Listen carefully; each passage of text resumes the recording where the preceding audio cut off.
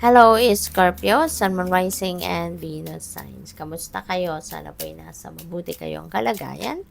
Welcome back po sa Star Tarot. Kung bago kayo rito, welcome din po kayo. Please subscribe, like, share my videos, and leave me a comment kung nakaresonate kayo.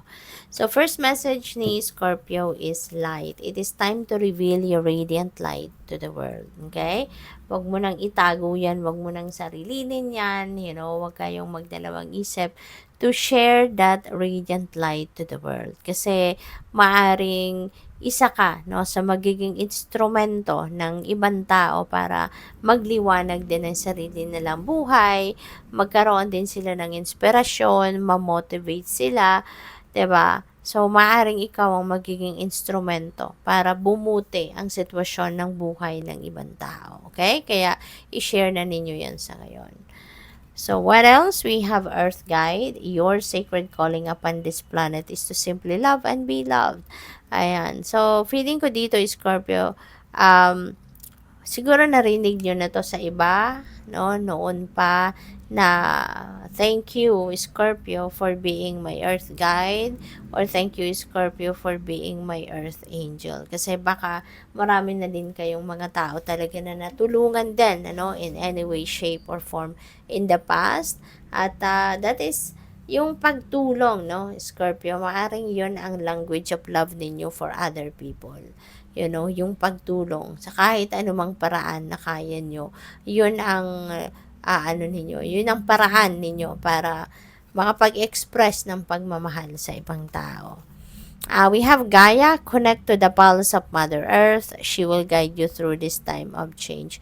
Ayan, so it's time then, no, to connect with Mother Gaia, with Mother Earth.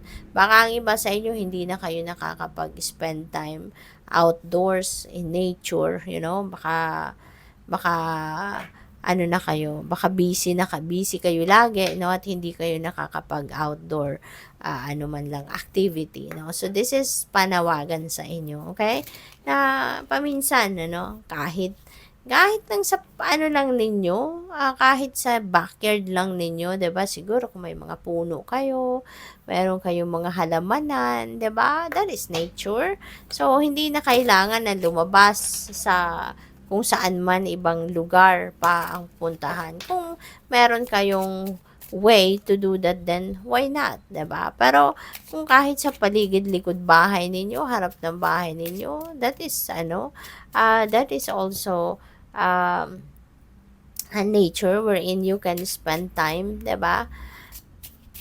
So, tignan natin kung ano pa ang ganap for Scorpio. We have justice. Ayan. So, justice will be served, no? Justice will be served. This is very optimistic energy na nakikita ko dito. Parang nakangiti siya. So, parang okay naman sa kanya.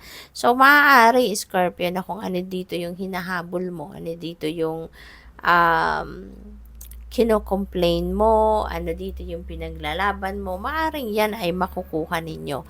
Maaring yan ay kumbaga justice will be served, no, then sa inyo. Kaya good luck din sa inyo. So what else? We have care. Ayan. So parenthood. Ang iba siguro sa inyo sa ngayon, maybe you are welcoming a new baby in the family. Maaaring ikaw ay magiging brand new parent. So, congrats kung ganun man ang sitwasyon. Pwede rin na baka hindi naman kayo yung magiging parents nito, baka kayo ay lolo or lola, 'di ba? Ng babying ito na paparating. Kaya congratulations kasi masaya ang lahat, no? Masaya ang lahat, full of love ang lahat dito, no? So, what else? We have collaboration. Maaaring meron ditong pagtutulungan, you're going to collaborate with someone in a project siguro, or po pwedeng business partnership yan, po pwedeng meron kayong task, no, na ibinigay sa iyo sa trabaho, and maybe you are going to work with someone else. Maybe you are going to work in a team, no? So, we have friendship. Ayan. So, panahon talaga ngayon, no, ng pakikipagtulungan, working in a team, 'di ba? Networking, siguro you're expanding your network, expanding your connections. Sa ngayon, po pwedeng sa negosyo ganun din, ano, hindi lang sa opisina, hindi lang sa trabaho ninyo, but also kung nagnenegosyo kayo, maybe you're also expanding your business. Kaya napakaganda. Po pwede rin na you are going to spend time, no, with friends. Sa ngayon, baka meron kayong mga bonding time na gagawin ngayon with friends, or maybe you are making new friends, 'di ba? Po pwedeng makakakilala kayo ngayon ng mga bagong kaibigan. Or we have trap. Ayan. So, Scorpio, mag-iingat kayo ha, kasi baka mabudol kayo rito, mapagsinungalingan kayo, mabilog ang ulo ninyo ng kung sino man. At baka matrap kayo sa kanyang mabiktima kayo, kumbaga, matrap kayo sa kanyang kagustuhan. 'Di ba? So, feeling ko, baka baka meron tong mga offers sa'yo, sinasabi sa inyo, too good to be true. Okay? At kayo'y matatrap na dyan, no? Baka kayo'y mapasubo, kumbaga. Okay? Kaya kailangan na maging kayo, maging mapagmatsyag, no? Maging discerning kayo. Okay? Huwag kayong agad-agad magtitiwala sa kung ano-anong mga sinasabi ng mga taong ito. Okay?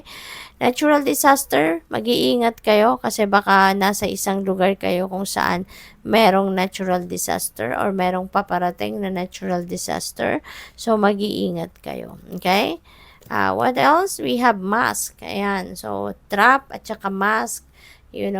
Maaaring meron ditong tao talaga na may balak na mambudol sa'yo. Okay? Kaya mag-iingat ka. Lagi kang gamitin mo yung inyong radar, no? You are very intuitive, you are very sensitive, so mapipick up mo yung vibe ng taong ito. Kung meron man magsisinungaling sa iyo or meron mang balak na manloko sa inyo, for sure, mapipick up mo agad yung vibe ng taong yan at wag mo nang pansinin. Okay? Dead ma ka na lang. So, good luck sa'yo. Thank you for watching. Love and light. Namaste.